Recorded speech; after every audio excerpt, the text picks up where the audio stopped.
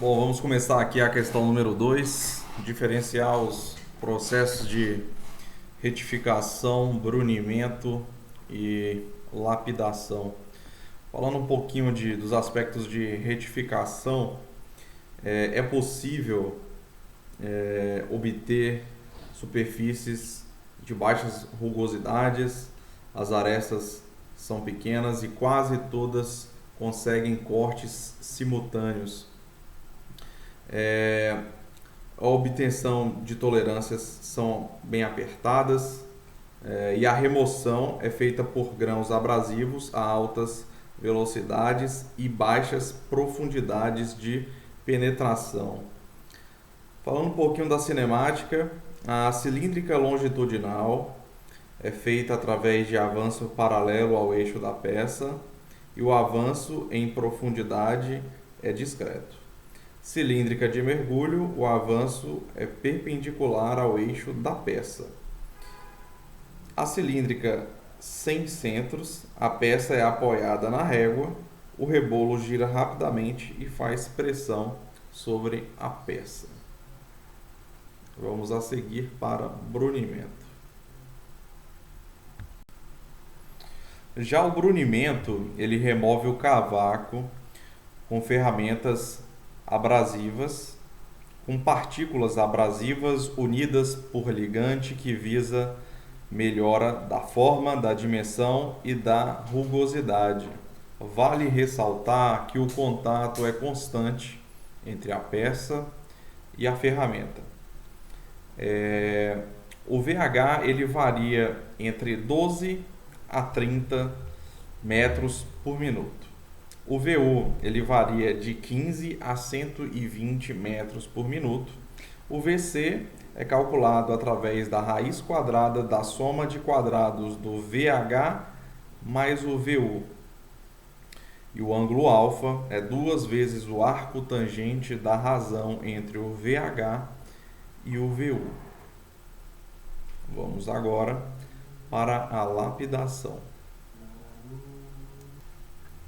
Falando um pouquinho sobre a lapidação,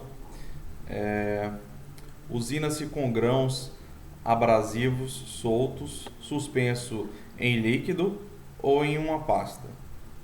A forma da ferramenta de lapidação é transferida para a peça por uma remoção causada por grãos que descrevem movimentos aleatórios. O acabamento pode ser fino ou ultra fino, com precisão dimensional IT01. Vale algumas características do processo, né, mais relevantes assim, para cinemática e da forma, da geometria e o acabamento. Né? A pressão de contato varia de 1 a 3,5 newtons por centímetro quadrado. É possível usinar-se peças com menos de 0,1 milímetros de espessura. Usina-se chapas para indústrias de tecnologia, é bem possível isso. Usina-se peças com diâmetro de até 800 milímetros e podendo chegar até 500 quilos. Superfícies de vedação economizam o emprego de materiais de vedação. Falando um pouquinho sobre o mecanismo de formação de cavaco, ele é composto de alguns itens, né? Um deles são o mecanismo abrasivo fixo temporariamente na peça, depois existe o disco de lapidação, o rolamento do abrasivo, a remoção de material por corte e sucateamento e o disco de lapidação. Por fim, com esses processos,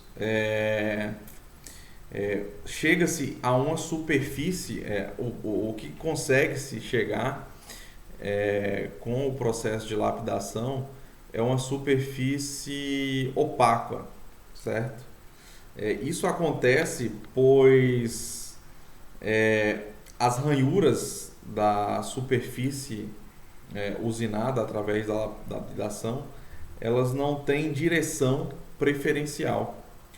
Então, devido a esse aspecto opaco que acontece, é necessário fazer um polimento final para você chegar na rugosidade ideal. Então, assim, chega-se nesse aspecto. Então, é isso. Esse seria a diferença entre esses três processos.